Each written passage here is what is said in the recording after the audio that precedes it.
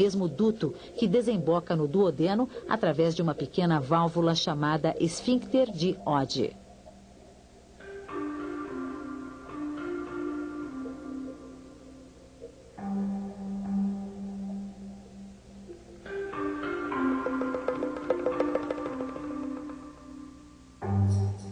Todos os dias, o fígado produz 1 litro de um líquido verde chamado bile.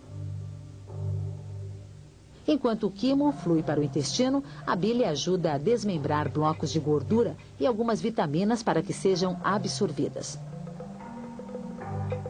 Movimentos peristálticos empurram esse quimo carregado de ácido para dentro do intestino delgado, colocando em perigo seu tecido delicado. Para neutralizar a acidez, o pâncreas fabrica um líquido alcalino. O suco pancreático contém enzimas poderosas.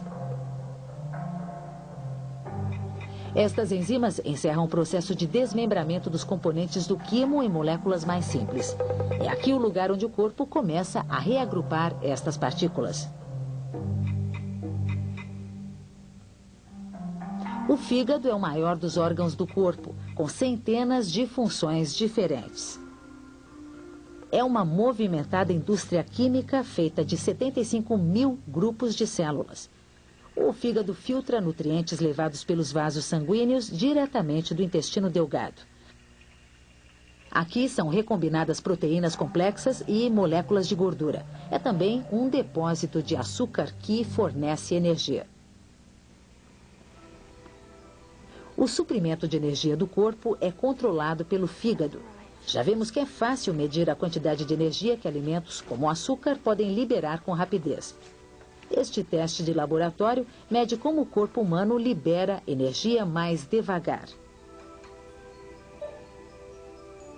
O teste não detecta a energia diretamente. Ele analisa o ar que Sara respira. O seu corpo queima açúcar e consome oxigênio. Medindo a diferença na quantidade de oxigênio entre a respiração inalada e a exalada, o computador pode calcular a quantidade de energia que ela produz. A linha plana no gráfico mostra que o corpo dela está em marcha lenta, que ela está descansando. Okay, Sarah, let's start doing the exercises now.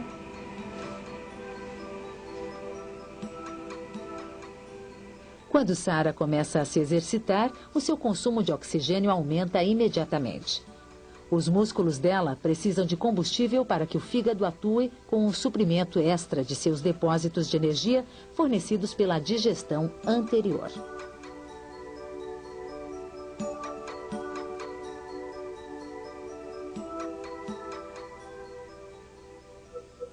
Seis horas após o café da manhã, depois que o organismo já extraiu os nutrientes dos alimentos, começa a etapa final na viagem da comida por dentro do corpo.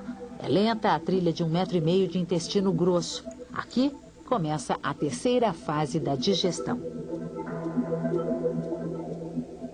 Uma enorme quantidade de bactérias está instalada no intestino grosso, vivendo nos restos do alimento digerido. Estas bactérias são inofensivas ao trato digestivo. Na verdade, elas ajudam a produzir algumas vitaminas. As bactérias, junto com as células descamadas das paredes dos intestinos e não os restos do alimento, formam a maior parte das fezes.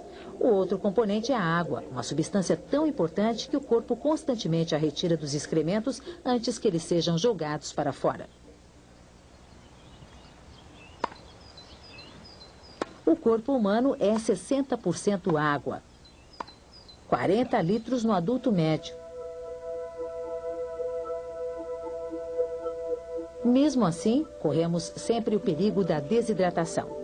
Para desempenhar seu papel no controle da água, o revestimento do trato digestivo muda quando penetramos o intestino grosso. As células que absorvem nutrientes dão lugar a um outro tipo de células, desenvolvidas para reter a água.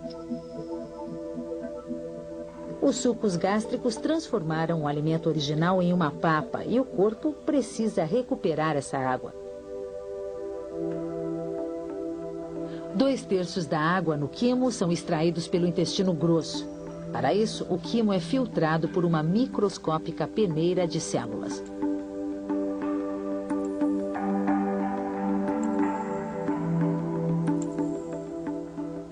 A parede do intestino possui milhares de vasos sanguíneos que absorvem mais de 5 litros de água por dia.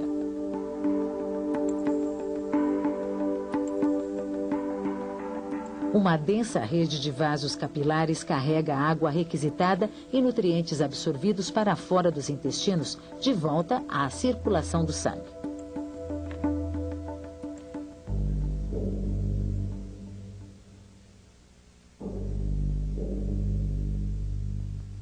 As paredes musculares do intestino grosso forçam seu conteúdo em direção ao reto, o fim da viagem de 6 metros através do trato digestivo.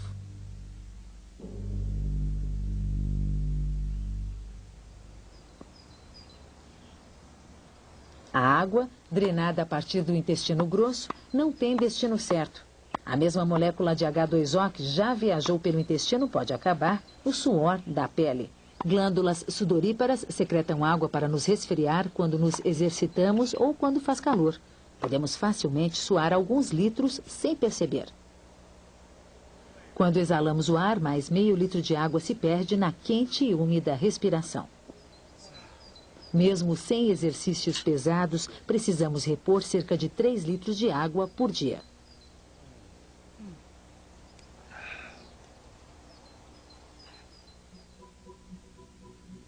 Os órgãos encarregados pelo equilíbrio de nossa água são os rins. Eles filtram o sangue, eliminando a sujeira através de tubos compridos, mostrados aqui em vermelho. Artérias e veias de grande calibre garantem que um volume enorme de sangue circule pelos rins. Todo o sangue existente dentro do corpo passa pelos rins a cada 5 minutos. Isso perfaz 1.500 litros por dia, 40 milhões de litros durante uma vida inteira.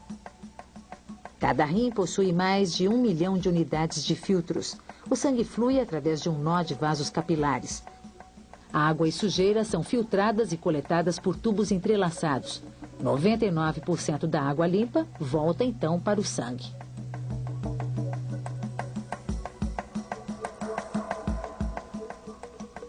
O líquido restante, a urina, corre para um sistema coletor e daí para tubos, os ureteres.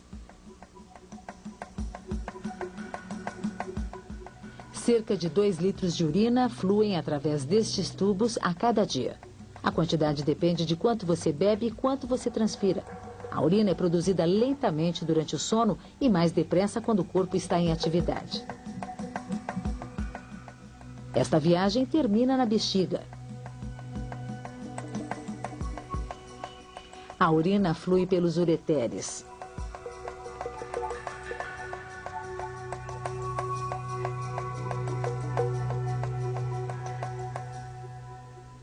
Cujas paredes musculares se contraem até a bexiga. Vazio, este órgão tem o tamanho de uma goiaba pequena. Pode crescer até as dimensões de uma manga antes de precisar ser esvaziada. A digestão funciona automaticamente, mas o estágio final, a defecação, está sob nosso controle consciente, assim como a primeira parte do processo digestivo. Qualquer que seja o alimento que você come, doce ou salgado, simples ou sofisticado, ele tem sempre a mesma função, a de manter você vivo e saudável. Isso só é possível graças ao trabalho incessante da máquina silenciosa, encarregada da digestão.